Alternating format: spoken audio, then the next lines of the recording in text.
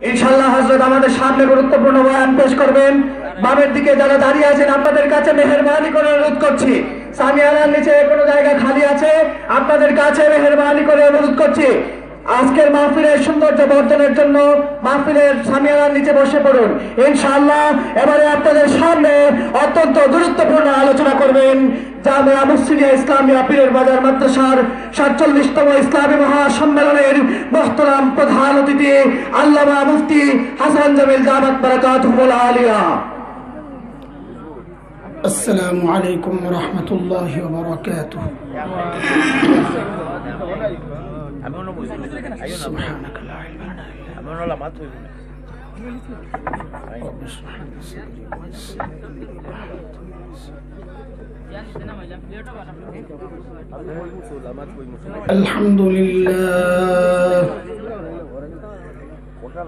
الحمد لله نحمده ونستعينه ونستغفره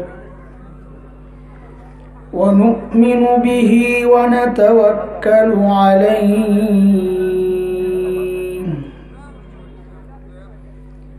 ونعوذ بالله من شرور أنفسنا ومن سيئات أعمالنا. من يهده الله فلا مضل له ومن يضلله فلا هادي له. ونشهد أن لا إله إلا الله وحده لا شريك له. ونشهد أن سيدنا وسندنا وحبيبنا ومولانا محمدا عبده ورسوله. اللهم صل على محمد وعلى آل محمد كما صليت على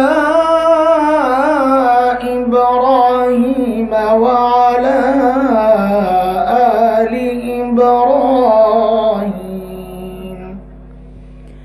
إنك حميد مجيد. اللهم بارك على محمد وعلى آل محمد كما باركت على إبراهيم وعلى آل إبراهيم إنك حميد مجيد.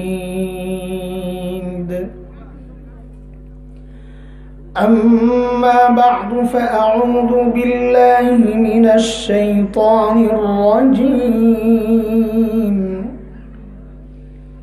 بسم الله الرحمن الرحيم.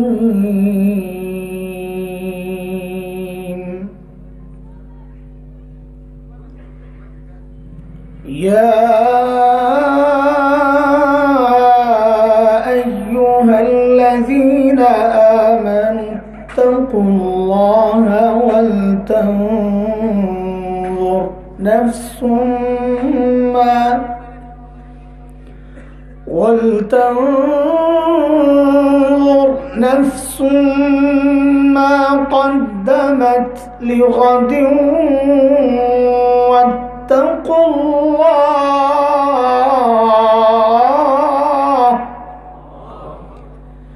إن الله خبير بما تعملون.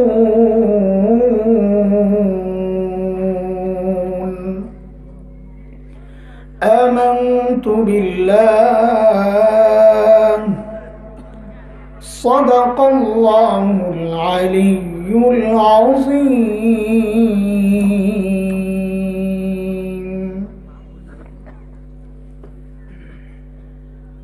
দেশের অন্যতম শীর্ষ বুজুর্গ হযরতুল আল্লাম শেখ হাবিবুর রহমান রহমতুল্লাহি আলাইহি প্রতিষ্ঠিত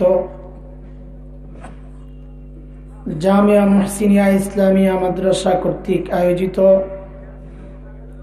আজকের এই বার্ষিক ওয়াজ মাহফিলের চলতি অধিবেশনের সম্মানিত সভাপতি, উপস্থিত হযরত উলামায়ে কেরাম, মুরব্বিয়ানে আযম, দূর দূরান্ত থেকে আগত ইসলাম প্রিয় সুধী সমাজ, প্রিয় ছাত্র ভাইয়েরা, যুবক বন্ধুরা, পর্দার আড়ালের মা ও বোন, আল্লাহ সুবহানাহু ওয়া তাআলার অশেষ মেহেরবানি যে মহান মালিক লাখো কোটি মানুষ থেকে বাছাই করে দিন এই মজলিসে আমাকে আপনাকে একত্রিত করেছেন, এটা মালিকের অনেক বড় দয়া আর করুণা। কুরআন আল কারীমের মধ্যে আল্লাহ সুবহানাহু ওয়া তাআলা বলেছেন, দিন বুঝার জন্য আমি যার দিলটা খুলে দেই, দিন মানা দিন শেখার মানসিকতা যাকে দান করি, আল্লাহ বলেন ওই বান্দা সারাক্ষণ আমার স্পেশাল নূরের আওতায় থাকে। দুর্ভাগ্য তো তার যার দিল শক্ত, দিন বুঝে না, বুঝতেও চায় না। আলেমরা বুঝায় একটা, বুঝে উল্টাটা। কোন কোন দুর্ভাগা তো এমন আছে, আলেমরা চায় বুঝাইতে, পোড়া কপাল চায় খেলতে। আলেমরা বলে ভাই বুঝো, পোড়া কপাল বলো আসো খেলা হোক। কেইসে পাগলের পাগল। আরে ভাই, যে জিনিস বুঝার ওটা দিয়ে খেলা যায় না, ওটা বুঝতে হয়। বুঝার জিনিস বুঝতে হয়, খেলার জিনিস আলাদা। বুঝার জিনিসকেও যারা খেলার জিনিস বানায় এদের মাথা সুস্থ না।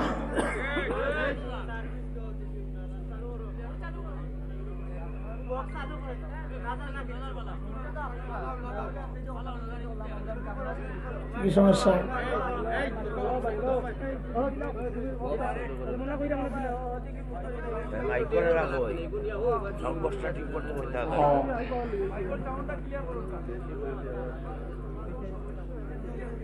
আচ্ছা ঠিক আছে, ঠিক আছে। ভিতরে কোনো হরেন দেওয়া হয় নাই, সাউন্ড ভার ভার লাগতেছে। আমিও ভারী মানুষ, গলা ভাঙ্গা পাবলিক।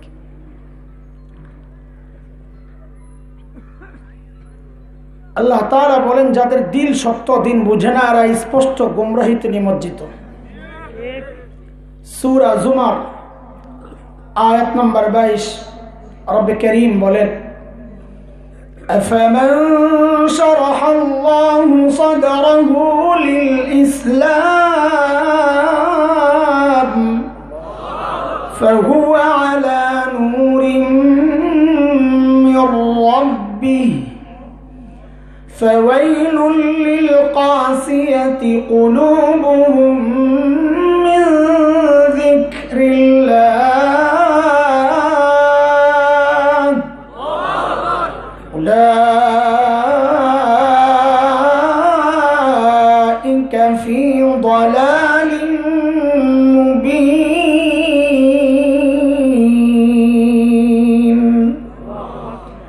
এই আয়াতের মধ্যে রব্বে কারীম এই কথাগুলো বলেছেন। মুহতারাম হাজরিন, যে মহান মালিক এই নিয়ামতে আমাদেরকে ধন্য করলেন, ওই মালিকের শুকরিয়া আদায় করি, জবান খুলে, প্রাণ খুলে কালিমাতুশ শুকর উচ্চারণ করি, আলহামদুলিল্লাহ। কুরআন আল কারীমের সূরা হাশরের ছোট্ট একটা আয়াত আমি তেলাওয়াত করেছি,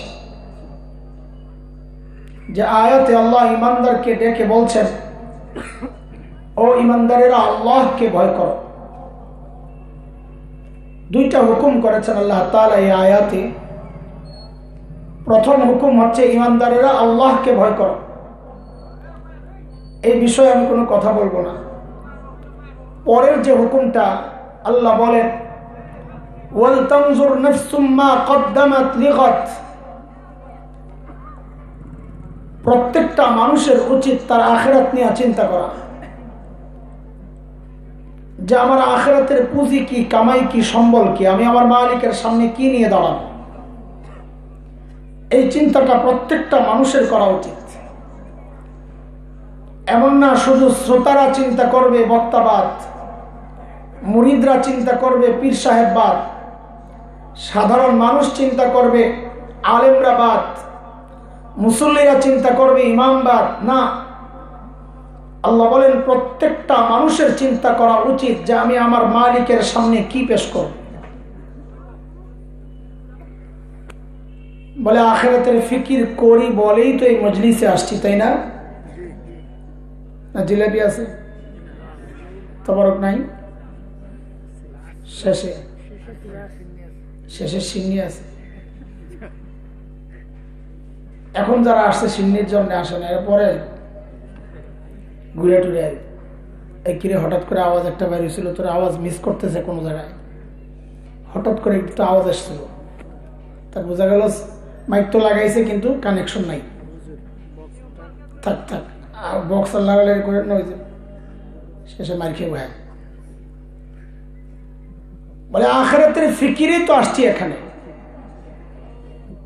কিন্তু আমাদের আখিরাতের ফিকির গুলো যথার্থ হচ্ছে কিনা, যেমনটা দরকার, যতটুকু দরকার ঠিক ততটুকু হচ্ছে কিনা, না ঘাটতি আছে, কেমনে বুঝবো?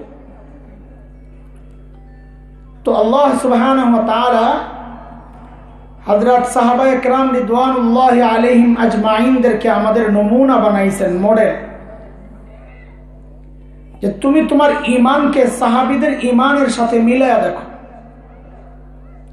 যদি মিলে তো ওই ঈমান ঠিক আছে, আর যদি না মিলে ওই ঈমানে ঝামেলা আছে, ঠিক করে নাও।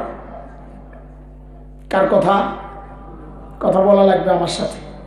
কার কথা? মালিক বলেন فَإِنْ آمَنُوا بِمِثْلِ مَا آمَنْتُمْ بِهِ فَقَدِ اهْتَدَوْا وَإِنْ تَوَلَّوْا فَإِنَّمَا هُمْ فِي شِقَاقٍ।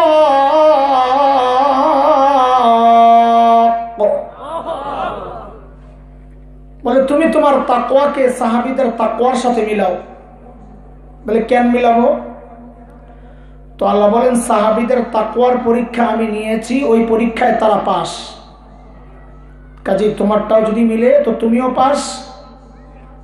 মালিক বলেন উলাইকাল্লাযীনা ইমতাহানাল্লাহু কুলুবাহুম লিত্তাকওয়া লাহুম মাগফিরাতুন ওয়া আজরুন আযীম।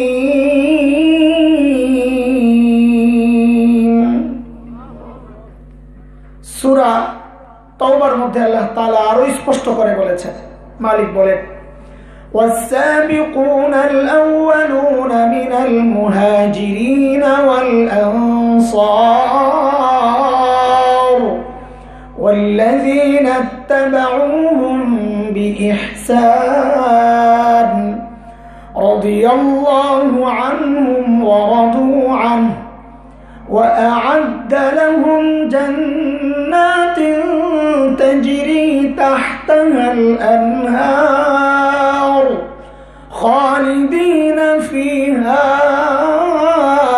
أبدا ذلك الفوز العظيم।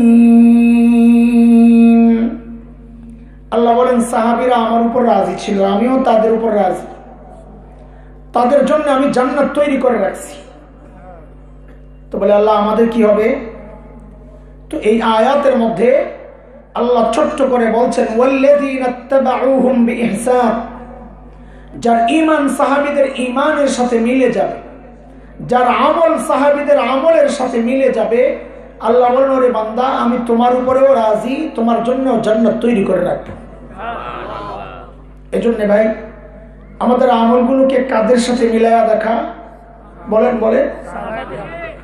কাজে আজানের আগে আপনি দুরূদ শরীফ পড়বেন কি পড়বেন না এটা আপনার ব্যাপার, আমি কি বলার।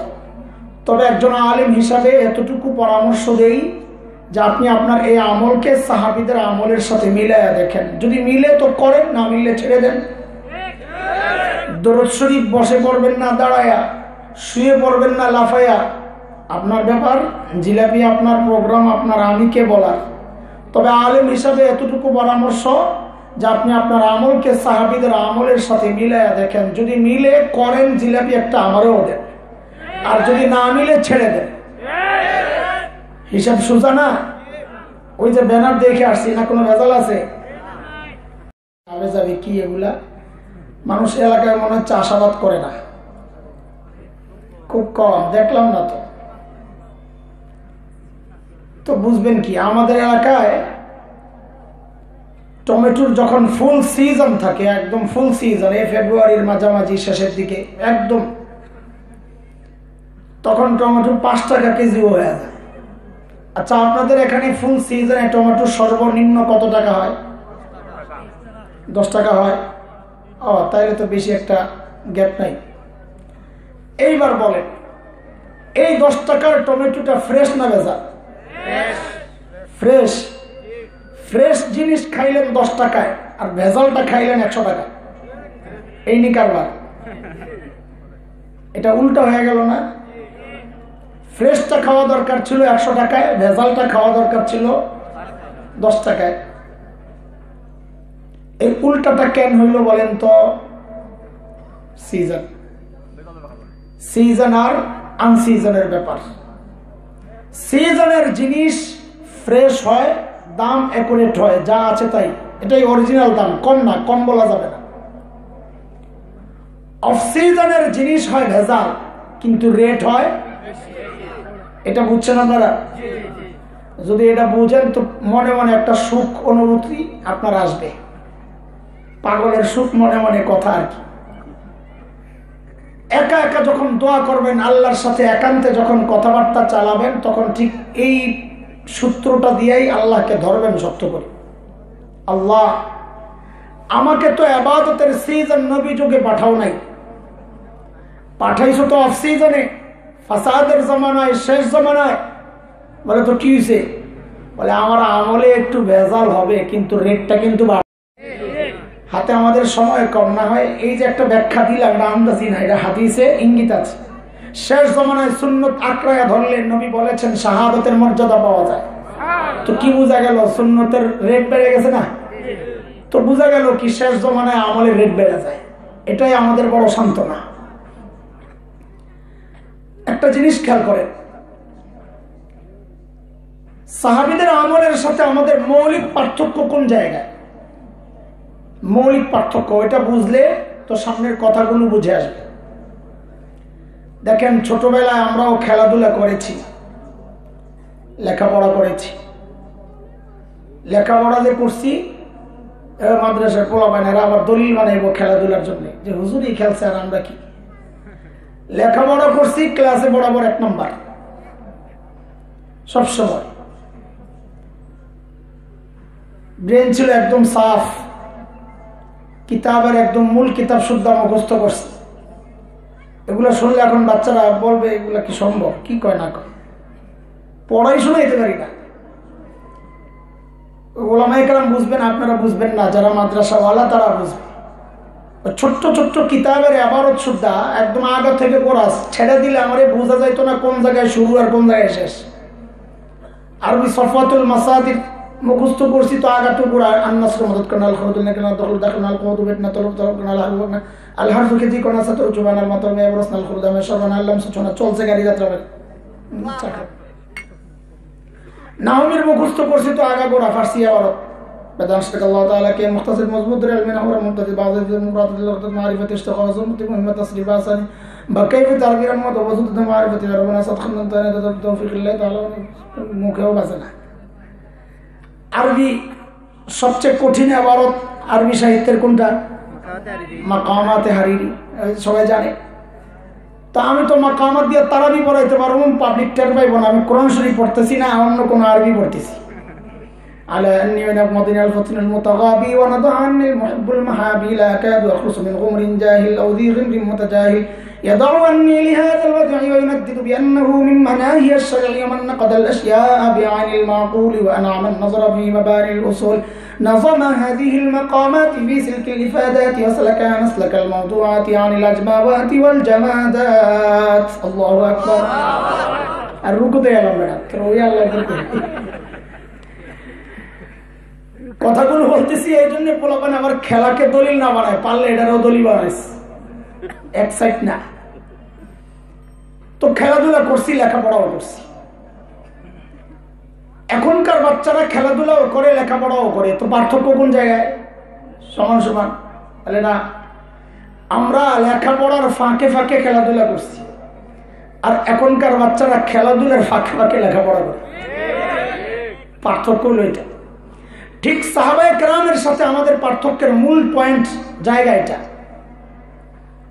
সাহাবায়ে কেরাম আখিরাতের কাজ করেছেন, দুনিয়ার কাজও করেছেন, বকরি চড়িয়েছেন, কৃষি কাজ করেছেন, ব্যবসা করেছেন। আমরা যারা নিজেদেরকে দিনদার ভাবি, আমরা দুনিয়ার কাজও করি, আখিরাতের কাজও করি। পার্থক্য কোন জায়গায়? সাহাবায়ে কেরাম আখিরাতের কাজ করতেন, ফাঁকে ফাঁকে দুনিয়ার কাজ করতেন, আর আমরা দুনিয়ার কাজ করি, ফাঁকে ফাঁকে আখিরাতের কাজ করি। এটা হলো পার্থক্য। কোয়ালিটির ব্যাপার তো আছে, পরিমাণের কথা বললাম। আল্লাহ তাআলা যেন এই আয়াতগুলোতে এই কথাটাই বলছেন যে তুমি ওই গ্যাপটাকে কমাইতে থাকো, হুবহু হবে না। এটা একটা কথা সোনার অক্ষরে লিখে রাখার মতো। সেটা হচ্ছে এই দুনিয়ার জীবনে আমরা নিজেদেরকে সাহাবীদের যত কাছাকাছি আনতে পারবো, হাসরেও সাহাবীদের তত কাছাকাছি আমরা থাকতে পারবো। হিসাব একদম সোজা। তো চলে সাহাবায়ে কেরাম আখিরাতের প্রস্তুতি কিভাবে নিছেন, আখিরাতের ফিকির কিভাবে করছেন, কিভাবে তাদের দিল দিমাগের মধ্যে আখিরাতের ব্যাপারটা ঢুকেছিল, একটু দেখে আসি। তখন নিজেদের প্রস্তুতি নেওয়ার একটা মডেল আমরা পেয়ে যাব, নমুনা, যে এইভাবেই করা উচিত। সাইয়েদনা আবু বকর সিদ্দিক রাদিয়াল্লাহু তাআলা আনহু যখন খলিফা, তো ওনার রাষ্ট্র পরিচালনার একটা সিস্টেম ছিল। দরবারে বিধবা অসহায় নারীদের লিস্ট থাকত। কেন? স্বেচ্ছায় যদি কেউ খিদমত করতে চায় তো এই লিস্টের ঠিকানা ধরে বুড়ির বাড়িতে চলে যেত খিদমতের জন্য, কারণ এটা অনেক সওয়াবের কাজ। নবী আলাইহিস সালাম বলেছেন, যারা ইয়েতিম আর বিধবার দায়িত্ব নিবে, নবী বলেন ওই ব্যক্তি আর আমি জান্নাতে পাশাপাশি থাকব। এটা তো এই সমাজের জন্য বড় দুর্ভাগ্যের কথা। অন্য বিধবার দায়িত্ব নিবে থাক দূরের কথা, বহু পোড়া কপাল তো এমন আছে নিজের বিধবা মায়েরই খবর লয় না। একদিন হযরত ওমর ফারুক রাদিয়াল্লাহু তাআলা আনহু আসছেন দরবারে। উদ্দেশ্য কোন বুড়ির ঠিকানা নিয়ে কাজ করতে যাবে। চিন্তা করেন আখিরাতের ফিকির কিভাবে ঢুকছে মাথায়, যে ওমরের মতো এত বড় মানুষ আসছেন কোন বুড়ির খিদমত করবে। আর ওই সময়ের খিদমত কি? একটু পানি এনে দেওয়া, ঘর তোর একটু ঝাড়ু দিয়ে দেওয়া, থালা বাটি থাকলে এগুলো ধুয়ে দেওয়া, এই আর কিছু না। এগুলো করতে আসছেন ওমর। তো এসে নাম ধরে ধরে সব নাম দেখে বুট মার্ক করা, কেউ না কেউ আছে খেদমতে। একটা নাম পাইছেন শুধু খালি। হযরত ওমর ওই নামের ঠিকানা ধরে পরদিন সকাল ফজরের পর যায়া বুড়ির বাড়িতে হাজির। কখন বলেন তো? কথা বলেন। ফজরের পর। জিজ্ঞেস কেন করতেছি? মনোযোগের জন্য। কোরআনের সিস্টেম এটা। গুরুত্বপূর্ণ কথা বলার আগে প্রশ্ন করে নেওয়া। আল কারিয়া মাল কারিয়া ওমা আদরাকা মাল কারিয়া। কারিয়া কি? চিনেননি কারিয়া? আর এত কিছু বলার দরকার কি? ডাইরেক্ট বলে দিলেই তো হয়। এটা আল্লাহর সিস্টেম, মনোযোগ আকর্ষণ করতেছে। তো বলেন হযরত ওমর কখন গেছেন বুড়ির বাড়িতে? ফজরের পর। কথাটা কেন জিজ্ঞেস করলাম? ওই জরুরি কথাটা বলার জন্য। সাহাবায়ে কেরাম দিনের কাজ শুরু করতেন সকাল সকাল। কেন? নবী আলাইহিস সালাম যারা সকালে কাজ করেন তাদের জন্য বরকতের দোয়া করেছেন। বিখ্যাত আলিম শেখ ইবনুল কাইয়িম রাহমাতুল্লাহি আলাইহি জাদুল মাআদের মধ্যে আসছে, হযরত বলেন কেউ যদি সকালে ঘুমায় তার ঘর থেকে জিন্দিগিতে অভাব দূর হবে না। এবার কাঁথা গরম করেন সকালবেলা যায়, ফজরটা না পড়লে আরো ভালো হয়।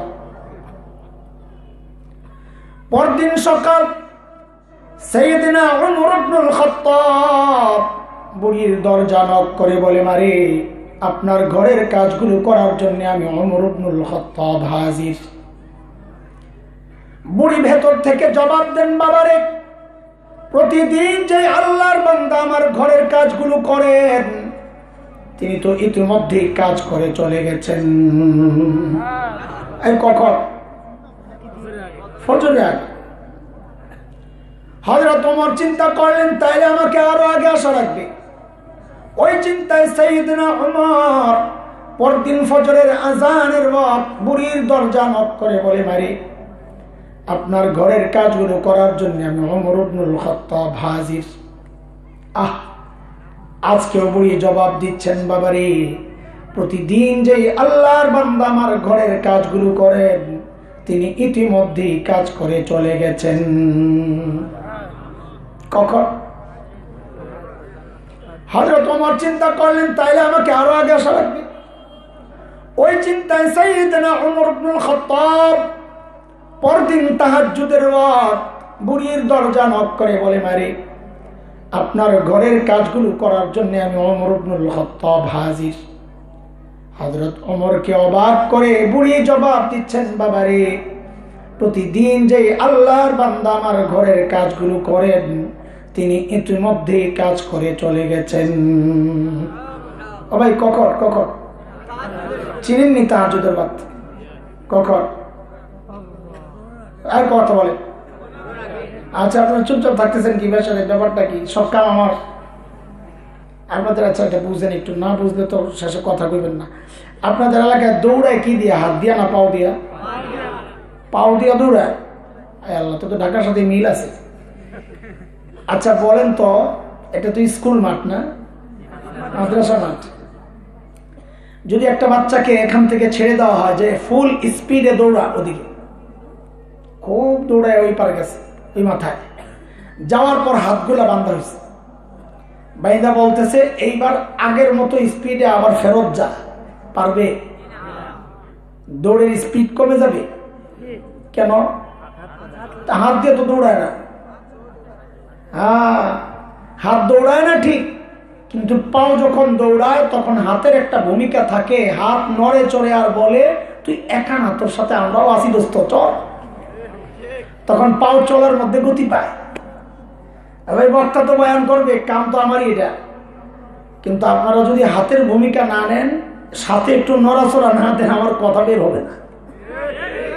এখনো তো বের হয় না। আগে আগে সিন্নি খাওয়াই লইতাম, পরেই খাইবে, একটু কথা বলে। তাহাজ্জুদের ওয়াক্ত চিনেন আপনারা?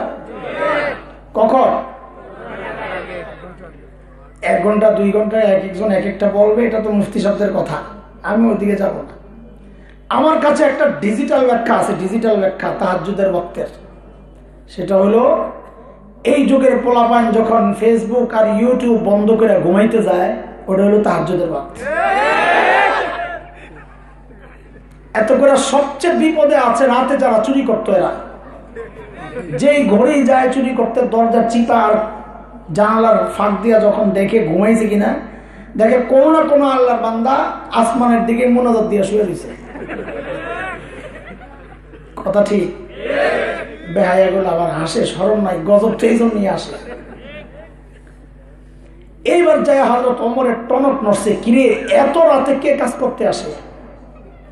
আমার কাজের দরকার নাই, আগে বুজুর্গ বাইর করা লাগবে, কে আল্লাহর বান্দা। ওই চিন্তায় সাইয়েদনা ওমর ইবনুল খাত্তাব পরদিন ইশার নামাজের পর বুড়ির দরজার সামনে এক ঝোপের আড়ালে চুপচাপ বসে আছেন, অপেক্ষা দেখবেন এত রাতে কে কাজ করার জন্য আসে। গভীর রাত, হযরত ওমর লক্ষ্য করলেন এক আল্লাহর বান্দা পা টিপে টিপে চোরের মতো বুড়ির বাড়ির দিকে আগাচ্ছে। ওমর রেডি, আসে। যেই না কাছে আসছে দাঁড়ায় গেছে, মানেন তাই কে আপনি? বাপরে, ওমরের যে আওয়াজ, মানুষটাও একা, রাতও গভীর, এমন কোন সিচুয়েশনে যদি আমি পড়তাম, মানে আমার সামনে যদি এমন কেউ দাঁড়ায় কেউ, আমি সাথে সাথে কাপড় নষ্ট করে ফেলাইতাম। কিন্তু হযরত ওমরের আওয়াজে ওই ব্যক্তি ভয় পাবেন থাক দূরের কথা, উল্টা হযরত ওমর যাকে দেখলেন নিজেই চমকায়া গেছেন, দেখেন ইনি আর কেউ না, খলিফাতুল মুসলিমিন আবু বকর সিদ্দিক রাদিয়াল্লাহু তাআলা।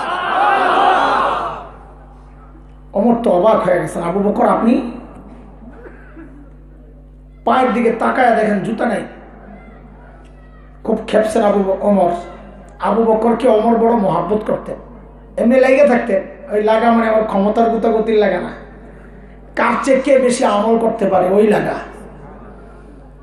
কিন্তু মহব্বত করতেন খুব। ধরছেন শক্ত করে, এই জুতা ছাড়াইছেন কেন সুবিশাল? হযরত আবু বকর জবাব দেন, ওমর জুতা পড়লে ভাইরে চটচট আওয়াজ হয়, যদি মানুষের ঘুম ভেঙে যায়। ইসলামী শাসন ব্যবস্থার সৌন্দর্য এগুলা। পোড়া কপাল, মার্কারে ভাই মার্কা, সিল মারো মার্কা। রাষ্ট্রপ্রধান রাতে জুতা খুলে হাঁটে যেন জনগণের ঘুম নষ্ট না হয়, অথচ কোন দুনিয়ায় বাস করি, ঘুম তো দূরের কথা, জানেরও তো নিরাপত্তা নেই, ঠিকেরও তো নিরাপত্তা নেই। বহু জায়গায় ঠিক কে বললো এটাও তাকায় থাকে, হুজুর যায় লোক তোরে সাইজ করুন রাখ, তোর কোন জায়গায় নিরাপত্তা সমস্যা হয়েছে দেখা, কারে এটাই তো নিরাপত্তা সমস্যা, তুই আমার যে ধর্ষস এটাই তো সমস্যা, ওটাও বুঝে না। হায় আল্লাহ। এইবার ধরছেন হযরত ওমর আবু বকরকে। আবু বকর সারাদিন প্রশাসনিক কাজে ব্যস্ত থাকেন, রাতে একটু ঘুমাবেন, আরাম করবেন তা না, আপনি আসছেন বুড়ির বাড়ির খেদমত করার জন্য। কেন রে ভাই, আমরা নাই? আমরা কি মরে গেছি? এই কাজগুলো আমাদেরকে দেওয়া যেত না? সাইয়েদনা আবু বকর কি জবাব দিলেন ভাইরা আমার, ওই জবাবটাই আমার বয়ান, অতটুকু কথাই। তবে জবাবটা এখন দিচ্ছি না, শোনাচ্ছি না। কেন? কারণ জবাবটার ওজন কত এটা বুঝতে হলে আগে আবু বকরের ওজন বোঝা লাগবে।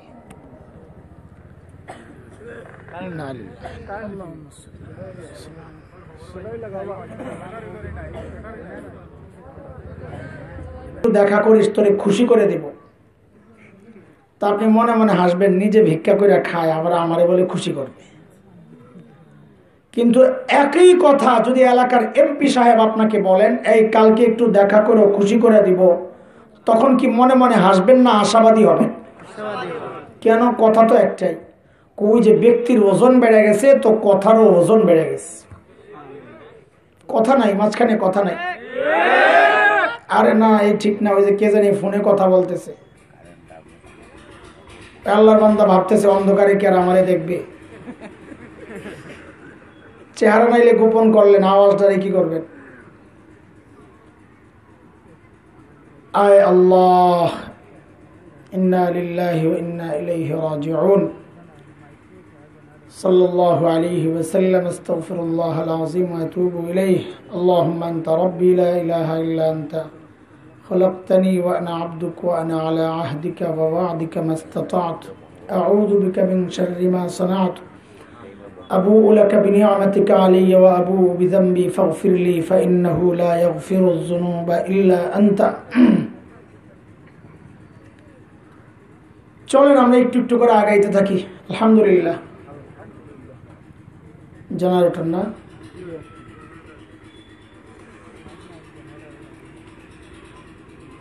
আয় আল্লাহ। হযরত আবু বকর কি জবাব দিলেন, জবাবটার ওজন পরে শোনাবো। কেন? আগে আবু বকরের মর্যাদা একটু শোনার। এই আবু বকর কত বড় মানুষ ছিলেন।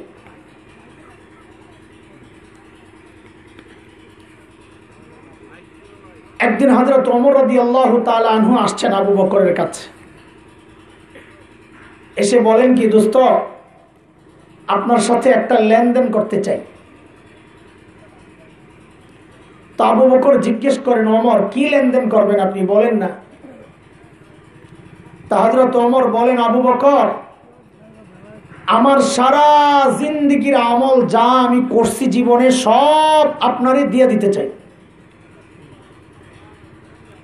হযরত আবু বকর বলছেন চিন্তায়, কিরে ওমর এত ভালো মানুষ, সারা জিন্দেগি উনি আমার সাথে আমল নিয়ে করলেন প্রতিযোগিতা, আর এখন বলে সব আমল দিয়ে দিবে। না রে, এনে কোনো গাপলা আছে? আবু বকর মানুষ সরল সোজা, কিন্তু ব্যাকুল তো না। এই যে হযরত উলামায়ে কেরাম দেখেন, চেহারাগুলো একেবারে সরল সোজা। দুনিয়ার বহু মানুষ আছে, এদেরকে মনে করে ব্যাকুল, দুনিয়ার কিচ্ছু বুঝে না। আরে বোকা, যার সিনে কোরআনের ইলম হাদিসের ইলম, বোকা সে না, তুমি ভাবছো বোকা, তুমি ডাবল বোকা। আলেম বোকা হয় না, সরল হয়। আমাদের একজন বড় মুফাসসির ছিলেন কুমিল্লা নোয়াখালীর, আল্লামা মুস্তাফা আল হুসাইনি রহমতুল্লাহি আলাইহি। নাম শুনছেন নি আপনারা? দেখতে তো দুনিয়ার কিচ্ছু বুঝে না, এমন একটা ভাবসাব। তো এক হোটেলে খাচ্ছেন রাতে মাহফিল শেষে, তো পাশের টেবিলে এক ভদ্রলোক বসে বসে চা খায়। তো হুজুর খানার শেষে চেটে চুটে খাচ্ছেন সুন্নত তরিকায়। একটা হাড্ডি ছিল, ওই হাড্ডিটা বসে বসে চাবাইতেছে। বুড়া মানুষ আস্তে আস্তে চাবায়। পাশের টেবিলের ভদ্রলোক, ওই দুনিয়ায় এমন কিছু মানুষ আছে দাড়িওয়ালা টুপিওয়ালা দেখলেই চুলকানি শুরু হয়, এটা তো এই কুলাউড়াতে নাই।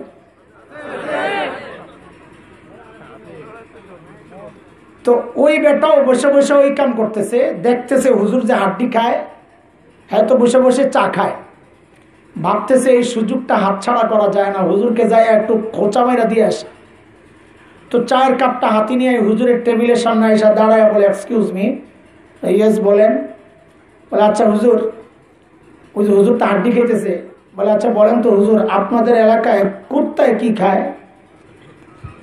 দেখছেন কারবার? ওই যে হুজুর হাড্ডি খেতেছে, যে হুজুরের কুত্তা বানাইতে চাইতেছে। এত মনে করছে এই প্রশ্ন করলে হুজুরের নাকের পানি চোখের পানি পড়তে পড়তে মনে হয় হুজুর কাঁদতে কাঁদতে বেহুশ হয়ে যাবে। তাই তো বোঝে নাই এই যে ভিমরুলের বাসায় হাত দিছে। যেই না জিজ্ঞেস করছে, হ্যাঁ হাতে তো চায়ের কাপ, যেই না জিজ্ঞেস করছে হুজুর আপনাদের এলাকায় কুত্তায় কি খায়, হুজুর একদিকে তাকায় না, হাড্ডিটা চাবায় আর বলে আমাদের এলাকায় কুত্তায় চা খায়। এখন অবস্থা কি? মৌলবীর ব্যাকুল পেয়েছো না? হযরত কাসেম নানতুবি রহমতুল্লাহ আলাইহি দারুল দেওবন্দের অন্যতম প্রতিষ্ঠাতা, ইংরেজ বিরোধী আন্দোলনের অন্যতম সিপাহসালার, অনেক বড় মানুষ।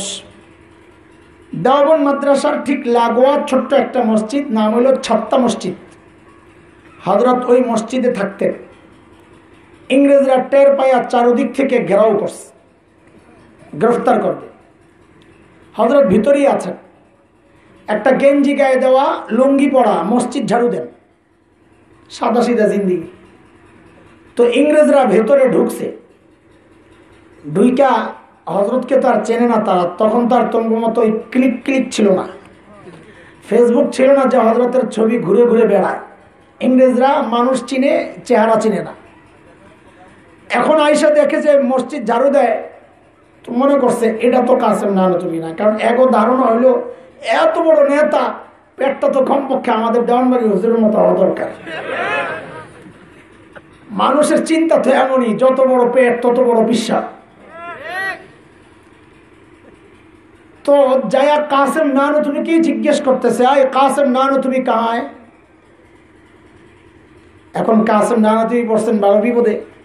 যদি বলেন মেই হো, আমি কাসেম নানতুবি, তো ধরা পড়ে। আর যদি বলেন মুঝে পাতা নেই, আমি জানি না, তো মিথ্যা হয়। কাসেম নানতুবি ছিলেন বড় আজীব মানুষ, হঠাৎ জবাব দেওয়ার ক্ষেত্রে ওনার কোনো জুড়ি ছিল না। তো যেই জিজ্ঞেস করছেন আয় কাসেম নানতুবি কই, তো কাসেম নানতুবি কি করছেন, যেখানে দাঁড়ায় ছিলেন ওখান থেকে একটু সরছেন, তা আগের জায়গাটা খালি হয়েছে না, এমন একটা ভাব নিয়েছেন যে কথাটা বুঝতে একটু দেরি হয়েছে। হ্যাঁ কেয়া কাসেম নানতুবি? ও আচ্ছা, ও তো আমি হাতে, ও তো একটু আগে এখানেই ছিল। তো কথা তো মিথ্যা না, একটু আগে তো এখানেই ছিল, এখন তো শরীরে এই জায়গায় আছে। ইংরেজরা মনে করছে একটু আগে এখানে ছিল, এখন বুঝি পালাই গেছে। আরে মৌলবি কি হয় না, কথা বলে না, ও শুনতে খারাপ লাগতেছে তাই না? তোমরা খুব চালাক, আমরা সব ব্যাক কর। আল্লাহ রে আল্লাহ, হুজুরের বাচ্চা হইল, ইন্না লিল্লাহ, দুনিয়া কারে বিশ্বাস করো?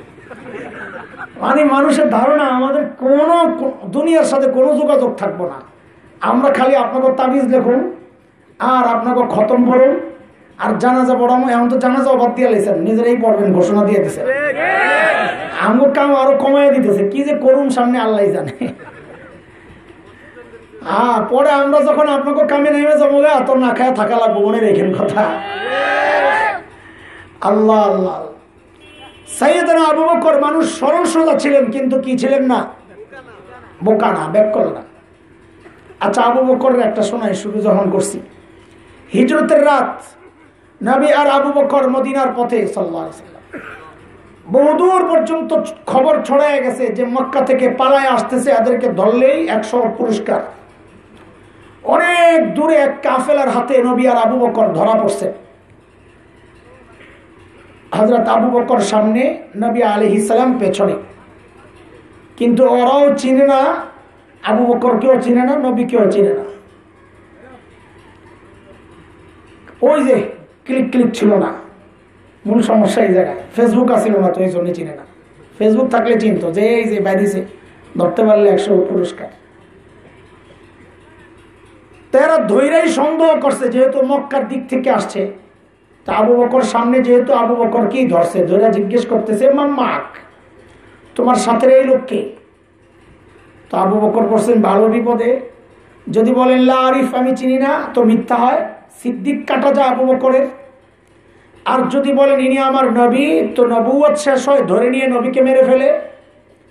এখন আবু বকর বড় আজীবের জবাব দিছেন। ওই যে আবু বকর বিচক্ষণ মানুষ, সরল সোজা, কিন্তু বোকা না, ওটা বুঝাইতেছি।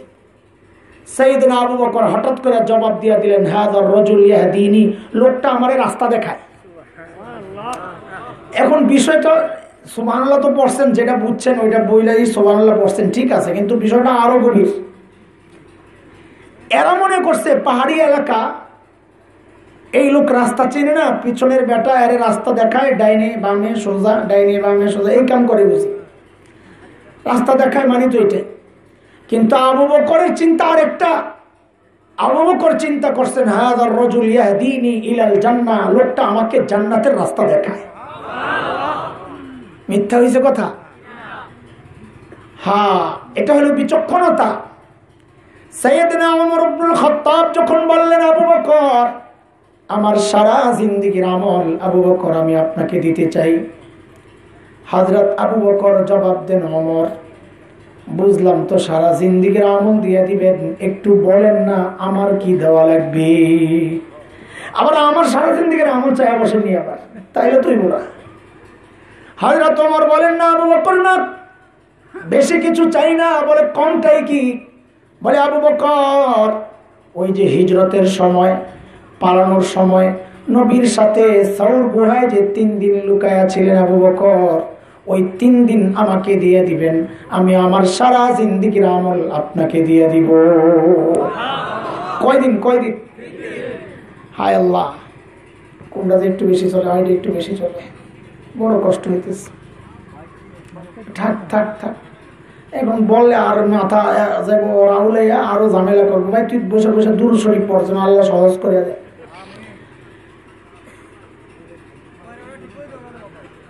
আচ্ছা আচ্ছা, থাক থাক, তুমি জবাব দিও না, কিছু কথা শোনা লাগবে, এখন জবাব দিও না, জবাব দিলে আরো বাড়বে। তুমি বসে বসে দুরূদ শরীফ পড়ো, যেন আল্লাহ সহজ করে দেন।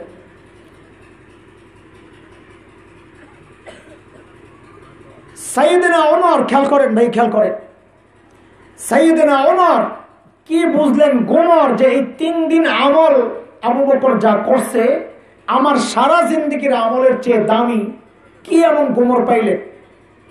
ওই গোমরটা একটু বোঝা দরকার না? তো চলেন একটু সাউর গুহায় যায়, সুর না কি সাউর, চলেন একটু সাউর গুহায় যায়। কারণ আসছে মনে হয়, ওই যে লাইট দেখা যায়,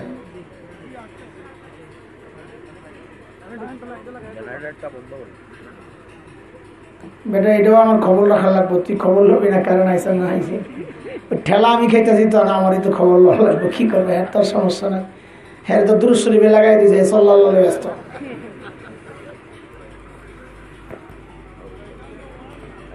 খেয়াল করেন, খেয়াল করেন, গুহার ভেতরে নবী আর আবু বকর।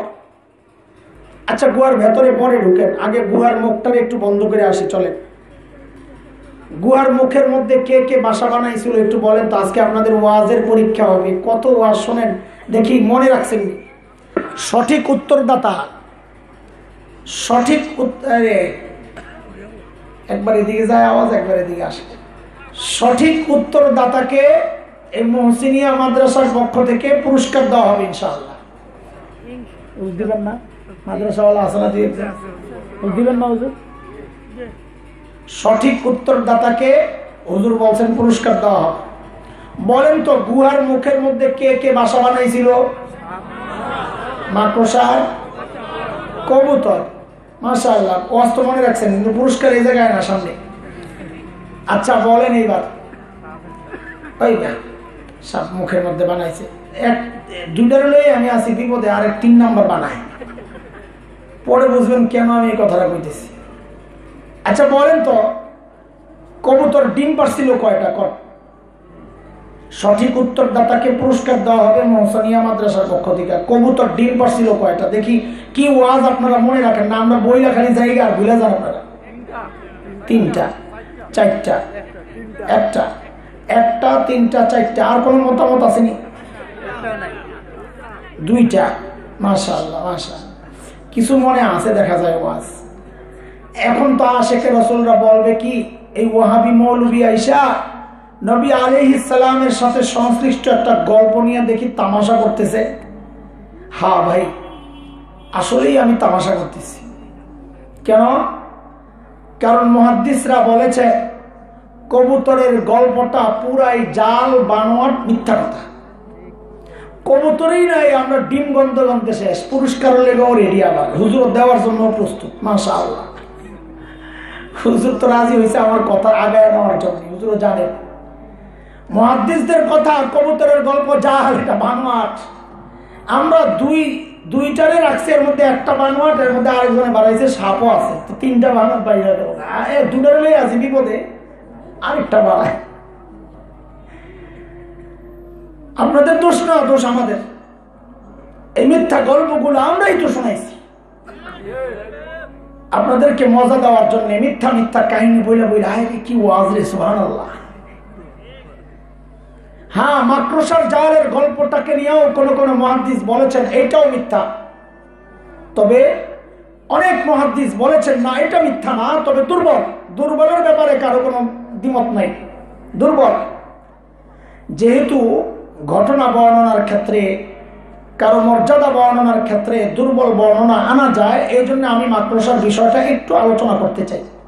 সেটা হচ্ছে, একটু বুঝে শুনে বলেন, গুহার ভেতরে নবী আর আবু বকর, আল্লাহ যদি চাইতেন গুহার মুখটাকে পাথর দিয়ে প্যাকেট করে গুহার ভেতরটাকে জান্নাতের টুকরা বানায় দিতে পারতেন কি পারতেন না? পারতেন। আল্লাহ তা করেছে না? করে মাকড়সার জাল দিয়ে নিরাপত্তা দিলেন। কেন? মাকড়সার জাল অনেক শক্তিশালী, যেটা ছেদ করে ছিন্ন করে ভেতরে ঢুকতে পারবে না, এমনটা না? দুর্বল। কত দুর্বল? মাকড়সার নামে একটা সূরা আছে কোরআনে, সূরা আনকাবুত। ওই সূরায় আল্লাহ তাআলা বলেছেন মাকড়সার জাল কত দুর্বল। ওয়া ইন্না আওহানাল বুয়ুতি লাবাইতুল আনকাবুত।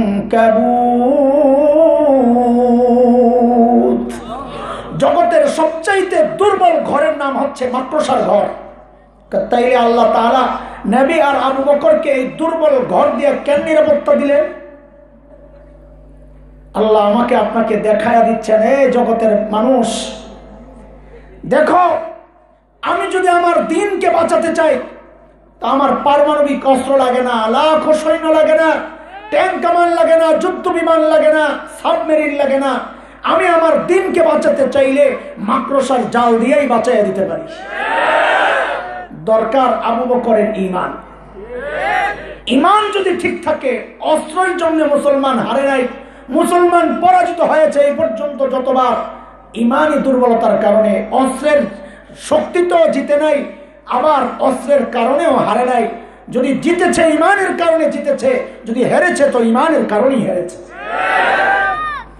শেখ ওমর মুখতার গত শতাব্দীর শ্রেষ্ঠ বিপ্লবী বীর, লিবিয়ার দখলদারদের বিরুদ্ধে সশস্ত্র লড়াই করছিলেন। দখলদাররা সিদ্ধান্ত নিল গোটা এলাকা বম্বিং করে শেষ করে দিবে। একজন এসে শাইখকে জানালো, হযরত এলাকায় আর থাকা যাবে না। বলে কেন? বলে আমাদের কাছে তো বিমান বিধ্বংসী অস্ত্র নাই, আমরা তাদেরকে কিভাবে মোকাবেলা করব? শেখ ওমর মুখতার এক ইমানদীপ্ত জবাব দিয়েছেন পাল্টা প্রশ্ন করে। বড় আজীব কথা। শেখ বলেন, আচ্ছা বলো তো তাদের বোমারু বিমানগুলা কি অনেক শক্তিশালী? তো বলে হ্যাঁ অনেক শক্তিশালী। তো বলে কত শক্তিশালী বলো তো? ওই বিমানগুলা আরশের উপরে দিয়ে যায় না আরশের নিচে দিয়ে যায়? আরে কি বলেন আপনি, তাইলে আর ভয় পায় লাভ কি? যদি আরশের উপর দিয়ে যেত তাইলে আমি ভয় পেতাম যে আমাকে রক্ষা করবেন যে আরশের মালিক। বম যদি একটা তার মাথায় পড়ে তো আমারে বাঁচাবেন কে? যেহেতু আমার মালিকের কিচ্ছু হবে না তো আমারও কোনো টেনশন নাই। আরে ভাই, তিনি মূলত সূরা তাওবার শেষ আয়াতের তরজমা শোনাইছেন, যে আয়াতের মাধ্যমে আল্লাহ সুবহানাহু ওয়া তাআলা প্রিয় হাবিব সাল্লাল্লাহু আলাইহি ওয়াসাল্লামকে সান্ত্বনা দিয়েছেন এই বলে, فإن تولوا فقل حسبي الله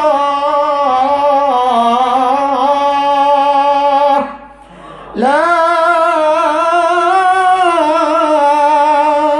إله إلا هو عليه توكلت وهو رب العرش العظيم।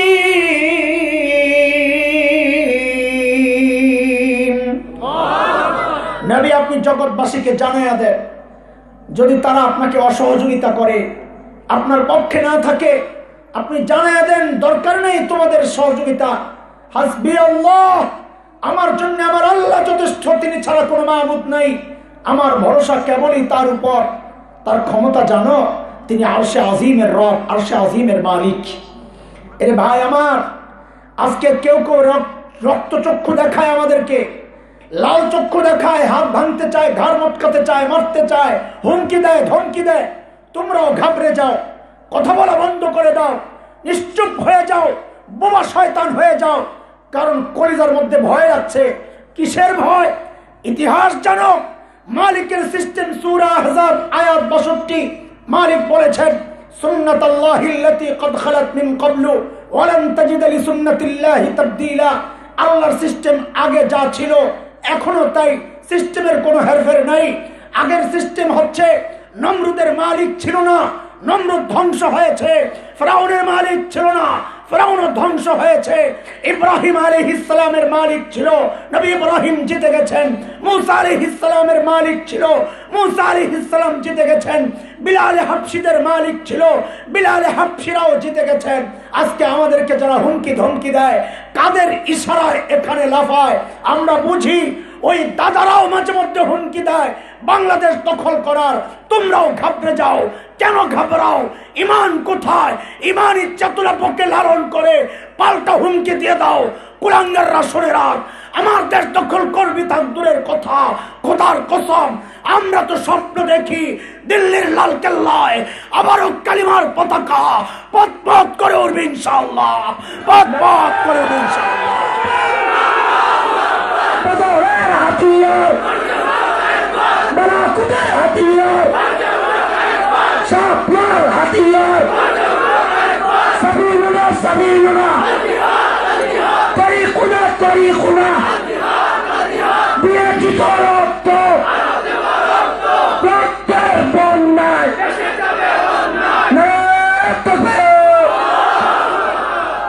আল্লাহর হাবিব সাইয়েদনা আবু বকরের কোলে মাথা রেখে ঘুমাচ্ছিলেন, আরাম করতেছিলেন। নবী ঘুম থেকে উঠে দেখেন যে আবু বকরের চেহারার মধ্যে চিন্তার ছাপ। নবী জিজ্ঞেস করেন, আবু বকর এত চিন্তিত কেন আপনি? সাইয়েদনা আবু বকর জবাব দেন, ইয়া রাসূলুল্লাহ, ওই যে গুহার মুখের দিকে একটু তাকায়া দেখেন, কাফেররা হাঁটাহাঁটি করতেছে। বলে লাউ আন্না আহাদাহুম ইয়ানজুরু ইলা কদামাইহি, তাদের যে কেউ একজন যদি গুহার মুখের দিকে না নিজেদের পায়ের দিকেও তাকায় তাইলেও তো আমাদেরকে দেখে ফেলবি। আল্লাহর হাবিব সান্ত্বনা দিচ্ছেন, এই আবু বকর, আপনি ভেবেছেন কি? হ্যাঁ, আপনি ভেবেছেন কি এই গুহায় খালি আমি আর আপনি আর আমাদের সাথে বুঝি আর কেউ নাই? না আবু বকর, না, খালি আমি আর আপনি না, আমাদের সাথে আল্লাহ আছেন। আল্লাহ তাআলার নবীর এই সান্ত্বনার কথাটা এত ভালো লেগেছে, আল্লাহ তাআলা কোরআনুল কারীমের সূরা আত-তাওবার একটা আয়াতের টুকরা বানায়া নাজিল করে দিয়েছেন। মালিক বলেন, ইয হুমা ফিল গার ইয ইয়াকুলু লিসাহিবিহি লা তাহজান ইন্নাল্লাহা মা'ানা।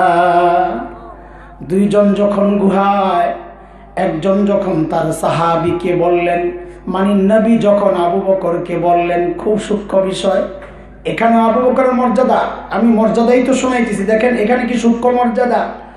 নবী যখন তার সাহাবীকে বললেন, মানে সাহাবী মানে কে? এখানে আবু বকর। তার মানে হচ্ছে আবু বকর যে নবীর সাহাবী, এটা আল্লাহ কোরআনে স্বীকৃতি দিয়ে দিয়েছে।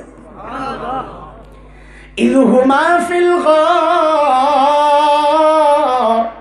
ইয ইয়াকুলু লিসাহিবিহি, দুইজন যখন গুহায়, একজন যখন তার সাহাবী আবু বকরকে বললেন, এরপরে ওমরের গোমর, আবু বকর আপনি ঘাবড়ায়েন না, আল্লাহ আমাদের সাথে আছেন। ওমর গরম হয়েছে, আরে বাপরে, আবু বকর কই চলে গেছে আবু বকর? কেন? ওমর চিন্তা করছেন, সারা জিন্দেগি আমল করে পাইছি কি আমি? নবী আমাকে কি দিয়েছেন স্বীকৃতি? নবীর সাথে আমার সম্পর্কের লেভেলটা কি?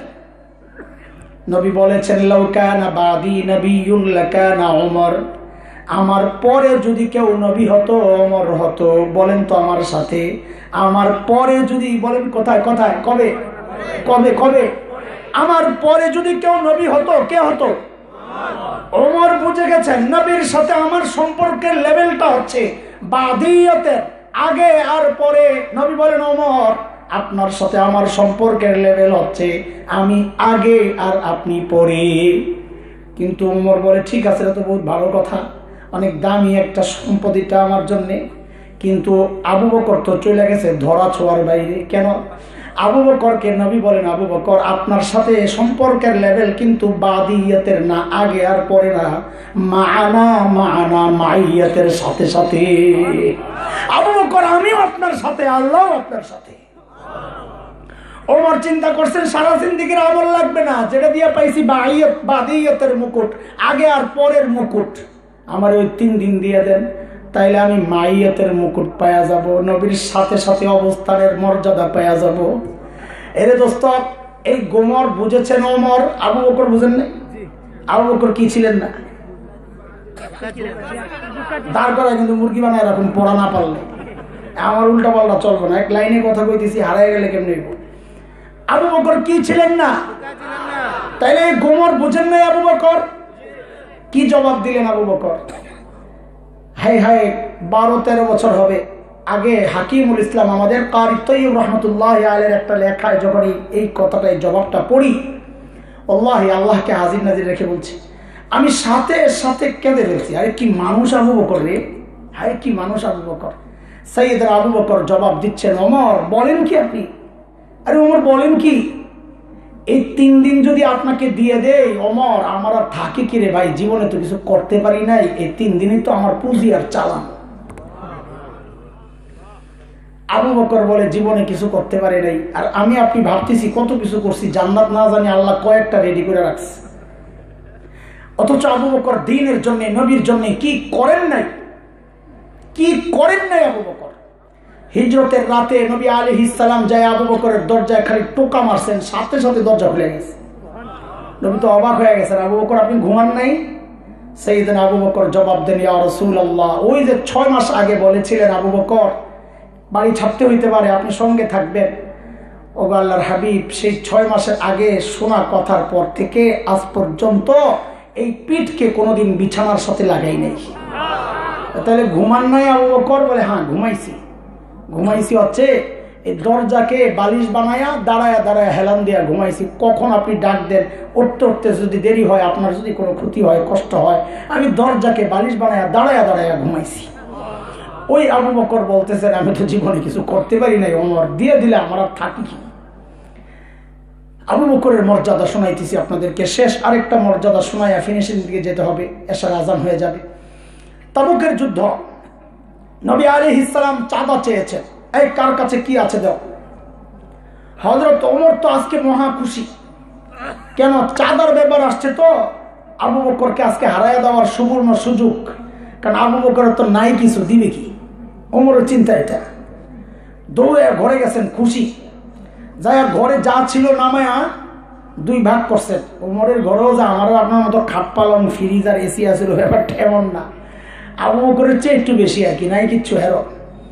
ঘরে যায় যা ছিল 2 ভাগ করছেন। গাঠটি করে নবী আলাইহিস সালামের দরবারে অর্ধেক নিয়ে আসছেন, এক ভাগ রেখে আসছেন। হযরত ওমরকে নবী জিজ্ঞেস করেন, ওমর কি নিয়ে আসছেন? বলেন তো আমার সাথে, কি জিজ্ঞেস করছেন? আবার বলেন, মনে রেখেন না, পরে কাজে লাগবে। হযরত ওমর বলেন, ইয়া রাসূলুল্লাহ, ঘরে যা ছিল অর্ধেক আনছি, অর্ধেক রেখে আসছি। ঠিক আছে, এইবার আবু বকরের পালা, কি আনে? ওমর অপেক্ষা করতেছে, নবী অপেক্ষা করতেছেন, আরে আমার আবু বকর কি আনে। আর ওমর অপেক্ষা করতেছেন একটা ভাব আর কি, একটা স্লোগান হবে আজকে, জিতিল রে জিতিল, ওমর জিতিল, এমন একটা ভাবলে হয়তো ওমর বসে আছে। সাইয়েদনা আবু বকর আসতেছেন, আরে ছোট্ট একটা পোটলা হাতে। বর্ণনার 8 পিস মিলাইলে বোঝা যায় ওই পোটলার ভেতরে গায়ের জামা কাপড় গুলা। এখন আপনার মনে মনে চিন্তা আসতে পারে, তাহলে কি ন্যাংটা হয়ে উলঙ্গ হয়ে আসছে? হ্যাঁ, হাদিসের এই অংশগুলো দুর্বল। দেখেন, আপনাদের সাথে আমরা খেয়ানত করব না, যেটা জাল ওটা বলে দিয়েছি, যেটা দুর্বল তাও বলে দিচ্ছি, যেন বিভ্রান্ত না হয়। হাদিসের এই অংশগুলো দুর্বল, কিন্তু যেহেতু কারো মর্যাদা বলার ক্ষেত্রে দুর্বল বর্ণনা আনা যায়, এই জন্য বলতেছি, না হয় বলতাম না। রিওয়ায়েতে আসছে হযরত আবু বকরের গায়ে ছিল ঘরে একটা চট ছিল, চট বিছানোর জন্যে। সাইয়েদনা আবু বকর ওইটারে গায়ে দিয়েছেন, তো ওইটা তো শরীরে থাকে না, তো খেজুর গাছের কাঁটা দিয়া বুতাম বানাইছেন সাইয়েদনা আবু বকর। নবী আলাইহিস সালামের সামনে পেশ করছেন, ইয়া রাসূলুল্লাহ, আমার চাঁদা। আল্লাহর হাবিব জিজ্ঞেস করতেছেন, আবু বকর মা আবকাইতা, ঘরে কি রেখে আসছেন? ওমরকে কি জিজ্ঞেস করছিলেন? বলেন। আবু বকরের বেলায় নবী প্রশ্ন ঘুরাইয়া দিয়েছেন, আবু বকর ঘরে কি রেখে আসছেন? হযরত ওমর কয়, কারবারটা দেখছো, আজকেও তো আমি হেরে গেলাম। কেন? কই যে আবু বকরের বেলায় প্রশ্ন নবী ঘুরাইয়া দিয়া জিজ্ঞেস করলেন ঘরে কি রেখে আসছেন, এত বলবে কিচ্ছু রেখে আসি না, আমি তো অর্ধেক রেখে আসি, গেলাম তো হাইরা। সাইয়েদনা আবু বকর কি জবাব দিলেন? দোস্ত, আবু বকরের জবাবটা পরে শুনেন। আগে আবু বকরের ছোট্ট মেয়ে হযরতে আসমার জবাবটা শুনেন। আরে কি পরিবার আল্লাহ বানাইছেন এগুলার। হিজরতের সময় নবী আর আবু বকর যখন মদিনার পথে, হযরত আবু বকরের বাবা আবু কুহাফা রাদিয়াল্লাহু আনহু তখনও মুসলমান হন নাই, তিনি মক্কা বিজয়ের দিন মুসলমান হয়েছেন। তো আবু বকরের সাথে সম্পর্ক ছিন্ন, ছেলে মুসলমান হয়ে গেছে, বদ্দিন হয়ে গেছে, নষ্ট হয়ে গেছে, বাবার হিসাবে সম্পর্ক নাই, ঘরে যায় না। কিন্তু আবু বকর যেহেতু চলে গেছেন, যাওয়ার সময় আবু বকর ঘরে যা ছিল টাকা পয়সা সোনা মুদ্রা সব নিয়ে নিছে। আবু কুহাফা মনে মনে চিন্তা করতেছে, আরে এত গেল গা, নাতিপতি গুলা না জানি না খায় মরে, দাদা তো আখের কলিজায় পড়তাছে, দাদা রক্ত না, তো মায়া তো লাগতেছে। তো যেহেতু আবু বকর নাই, তো আসছে আবু কুহাফা, এসে হযরত আবু বকরের দরজায় নক করে হযরত আসমাকে ডাক দিয়ে জিজ্ঞেস করতেছেন, আবু কুহাফা রাদিয়াল্লাহু আনহু, দাদু ভাই, বাবা তো মনে হয় ঘরে কিছু রেখে যান নাই, আম্মুকে জিজ্ঞেস করো কি লাগবে। হযরত আসমা ছোট্ট বয়স 8, আমার হিসাবে 8 হয়, 9ও হইতে পারে,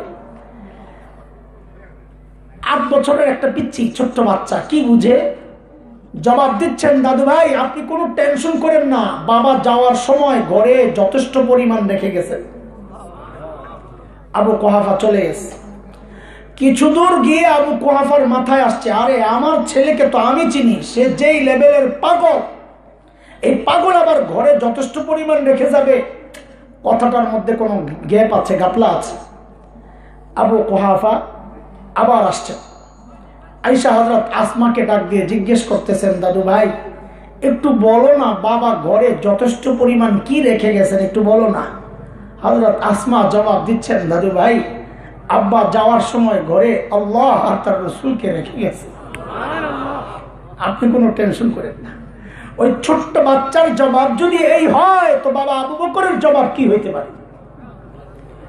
সাইয়েদনা আবু বকর জবাব দিচ্ছেন, ইয়া রাসূলুল্লাহ ওই যে ঘরের বেড়াগুলো খেজুর পাতার বেড়া, আসার সময় থাপড়াইয়া আসছে। বর্গমাইল যিনি শাসন করেছেন হযরত ওমর, এত বড় মানুষটা জান্নাতের সুসংবাদ পাওয়া মানুষ, আখিরাতের ভয় কিভাবে ঢুকছে কলিজায়। মৃত্যুর সময় আবু লুলু নামক এক মাজুসির ছেলে বিষাক্ত খঞ্জর দিয়া যখন হযরত ওমরের পেটের মধ্যে চালায়, নারী বুড়ি বের হয়ে গেছে, কাপড় দিয়া পেঁচাইয়া হযরত ওমরকে মসজিদে নববীর ফ্লোরে শোয়া দেওয়া হয়েছে। হযরত ওমর বেহুশ, একজনের কোলে মাথা, একটু হুশ ফিরছে, সাথে সাথে হযরত ওমর নামাজের খবর নিছেন, ফজরের নামাজের। দ্বীনের ব্যাপারে ওমর কতটা সিরিয়াস ছিলেন, ওই অবস্থায়ও দেখেন দরজার কাছে এক ছেলে দাঁড়ায় আছে, তার কাপড় টাকনুর নিচে। ওই অবস্থায় নিজের এই অবস্থা ডাক দিচ্ছেন, এই কাপড় টাকনুর উপরে ওঠা। এরপর হযরত ওমর কি করলেন? হযরত ওমর আহারে আখিরাতের ভয় কিভাবে ঢুকছে, এত বড় মানুষ মাথাটাকে নিয়ে মসজিদে নববীর ফ্লোরে নিয়ে রাখছেন, মসজিদে নববীর ফ্লোরে নিয়ে মাথাটা রাখছেন। ফ্লোর কি পাকা টাইলস করা? বলেন না, মোজাইক করা? কি কি কাঁচা মাটি, কি কাঁচা মাটি, বালি মাটি। হযরত ওমর গালটাকে নিয়ে মসজিদে নববীর ফ্লোরে রেখা গালটারে মাটির সাথে ঘষেন আর কান্দেন, ঘষেন আর কান্দেন, আর বলতেছিলেন, ওয়াইলুন লাকা ইয়া ওমর ইন লাম ইয়াগফির লাকা রাব্বুক। ওমর তোমার রব যদি তোমার ক্ষমা না করে, ওমর তোমার জন্য কিন্তু ভয়ঙ্কর বিপদ অপেক্ষা করতেছে। এত বড় মানুষ ওমরের আখিরাতের এইরকম চিন্তা। সাইয়েদনা আবু বকর এত বড় মানুষ, অথচ আখিরাতের ভয় কিভাবে ঢুকছে ভেতরে। সাইয়েদনা আবু বকর দূরে চলে যেতেন, নির্জনে যায় একা একা চিৎকার করে করে কাঁদতেন আর বলতেন, ইবনা আবি কুহাফা, এই আবু কুহাফার বেটা, তুই মানুষ কেন হইলি রে? আরে তুই মানুষ কেন হইলি? এখন আল্লাহর সামনে তুই কেমনে দাঁড়াবি, হিসাব কেমনে দিবি? সাইয়েদনা আবু বকর গাছের দিকে তাকায়া তাকায়া চিৎকার করে করে কাঁদতেন আর বলতেন, ইয়া লাইতানি কুনতু ওয়ারাকা মিনাশ শাজারা তুদাদ ওয়া তুকাল। হায় আমি মানুষ না হয়ে যদি গাছের পাতা হইতাম, লতা পাতা যদি হইতাম, তো জীবজন্তু আমারে চাবায়া চাবায়া খায়া ফেলতো, আমি শেষ হয়ে যেতাম।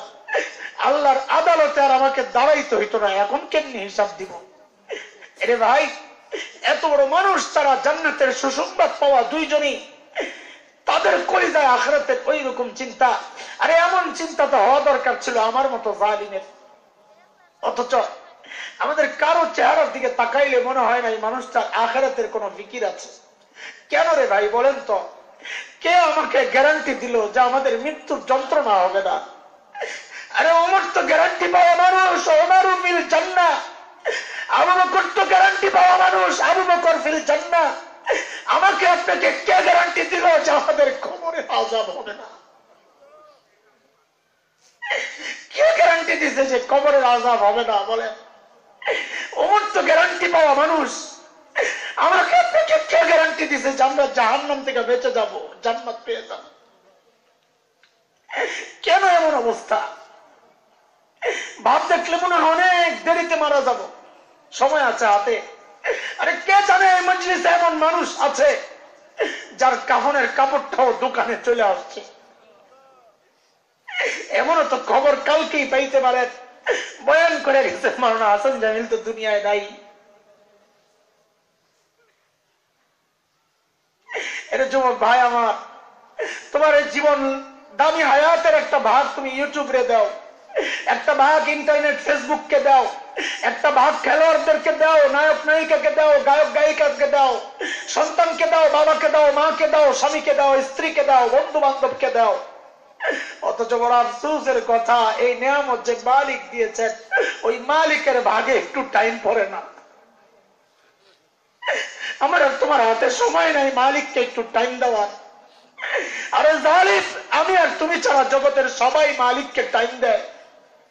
ওই একটা গাছের দিকে তাকায় দেখো, তোমার আর আমার কাছে মনে হয় গাছটা বুঝি এমনি দাঁড়ায় আছে। আরে না, গাছটা এমনি দাঁড়ায় রয় নাই, গাছটা দাঁড়ায়া দাঁড়ায়া মালিকের তাসবিহ পড়তেছে। যে নিকৃষ্ট কুকুরটাকে তুমি তাড়া দাও নিকৃষ্ট প্রাণী মনে করে, তোমার খবর নাই ওই নিকৃষ্ট কুকুরটা প্রাণীটা পর্যন্ত রুকুর হালতে মালিকের তাসবিহ পড়ে। যে সাপ বিচ্ছুগুলো মেরে ফেলো, পোকামাকড় পায়ে দলা পিঁপড়া মেরে ফেলো, খবর নাই ওই পোকামাকড় গুলো পর্যন্ত সেজদার হালতে মালিকের তাসবিহ পড়ে। পড়ি না আমি আর তুমি? দাড়ি পাইকা সাদা হয়ে গেছে, এখনো গুনাহ ছাড়তে পারতেছি না। চুল পাইকা সাদা হয়ে গেছে, এখনো গুনাহ ছাড়তে পারতেছি না। কবে ছাড়বে না বাবা? কবে ছাড়বেন গুনাহ? কবে ছাড়বেন বলে? মালিক ডেকে ডেকে বলতেছেন, আলাম ইয়ানিল্লাযীনা আমানু আন তাখশা কুলুবুহুম লিযিকরিল্লাহ। এখনো কি সময় হয় নাই? আল্লাহর ভয়ে বুকটা একটু কেঁপে ওঠার সময় কি তোমার হয় নাই? কবে হবে? কবে হবে? সামনে দিয়া লাশ যাইতে দেখো না? গাছ থেকে পাতা ঝরে পড়ে দেখো না? সূর্যকে ডুবতে দেখো না? এগুলা দেখো না? কি বুঝো? মালিক বুঝাচ্ছেন যে জিনিস ধরে ওই জিনিস ঝরে, যে জিনিস ওঠে ওই জিনিস ডুবে। সামনে দিয়া বাবার লাশ কবরে গেল, সামনে দিয়া মায়ের লাশ কবরে গেল, প্রতিবেশীর লাশ কবরে গেল, আমি আর তুমি কেমনে নিশ্চিন্তায় বসে আছি? কেমনে বসে আছি?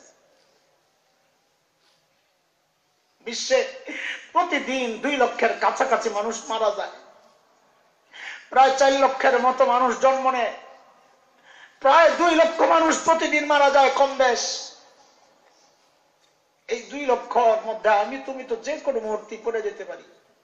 নবী আলাইহিস সালামের মতো মানুষ কি বলেছে হাদিসে, যে আমি এক সালাম ফিরাইয়া আমি আতঙ্কে থাকি, না জানি দ্বিতীয় সালাম না ফিরাইতে পারি আমার মৃত্যু না চলে আসে। আমি আর তুমি নিশ্চিন্তে বসে আছি, বহু দেরি আছে, কোনো সময় আছে হাতে। কি নিয়ে দাঁড়াবা মালিকের সামনে বলো তো? কি আছে পুঁজি? গুনার পোটলা ছাড়া, গুনার বস্তাটা ছাড়া আছে কি? আপনাদের কি আছে জানি না, আমার তো নাই।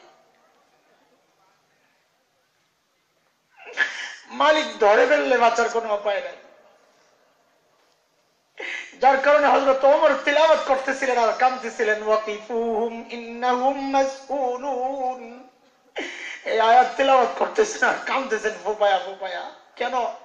ওই যে হাসরের মাঠের একটা চিত্র এই আয়াতের মধ্যে ফুটে উঠছে। আল্লাহ হাসরের মাঠে কিছু মানুষকে আটকায়া দিবেন, ফেরেশতাদেরকে বলবেন ওয়াকিফুহুম, এগুলারে ধর, এগুলারে আটকা, ইন্নাহুম মাসউলুন, এদেরকে জিজ্ঞাসাবাদ করতে হবে। হযরত ওমর কাঁদতেছেন, হায় ওই গ্রুপে যদি আমিও পড়ে যাই।